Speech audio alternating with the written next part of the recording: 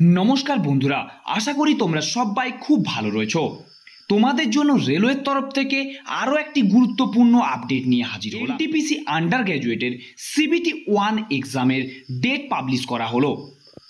পরীক্ষার ডেট কি রয়েছে, তোমরা কবে থেকে অ্যাডমিট কার্ড ডাউনলোড করতে পারবে এবং তোমাদের আরও কি কি বলা হলো তার বিস্তারিত এই ভিডিওটির মধ্যে আলোচনা করব।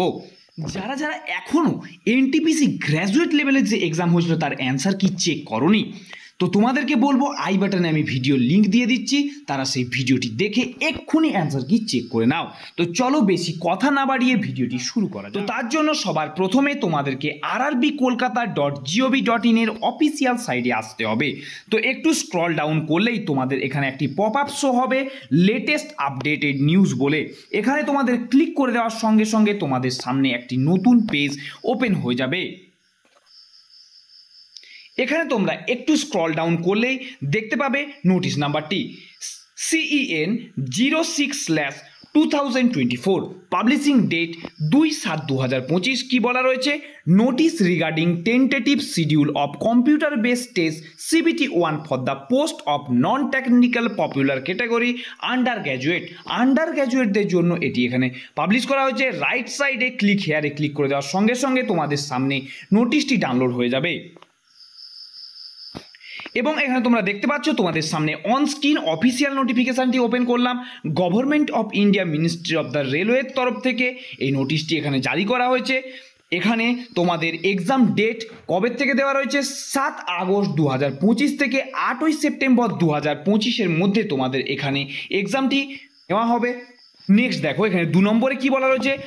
এখানে তোমাদের যারা ST/SC-দের জন্য তোমাদের এখানে ট্রাভেল পাস যেটি এবং তোমাদের সিটি স্লিপ তোমাদের এক্সামিনেশনের 10 দিন আগের থেকে তোমরা ডাউনলোড করতে পারবে।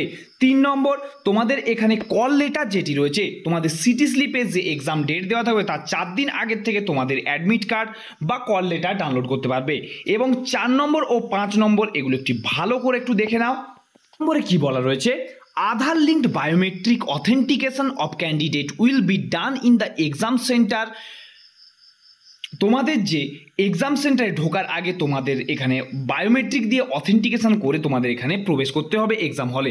Candidate are requested to bring their original Aadhaar card. তোমাদের এক্সামের সময় তোমাদের অরিজিনাল আধার কার্ড নিয়ে যেতে হবে, আর না হলে প্রিন্ট আউট তোমাদের ভেরিফিকেশন আধার কার্ডের তোমাদের যে অনলাইন আধার কার্ড রয়েছে সেটি তোমাদেরকে ওখানে কিন্তু নিয়ে যেতে হবে।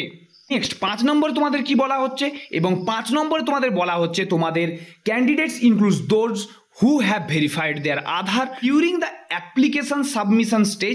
তোমরা যারা অ্যাপ্লিকেশন সাবমিশনের সময় তোমাদের আধার ভেরিফিকেশন করিয়ে নিয়েছো, তো তোমাদের আধারটি UIDAI দ্বারা আনলক করে রাখতে হবে এবং তোমাদের যে অথেন্টিকেশন প্রসেস এবং তোমাদের যে আইডেন্টিফিকেশন প্রসেসটা রয়েছে সেটা তোমাদের আধার ভেরিফিকেশনের মধ্যেই হবে।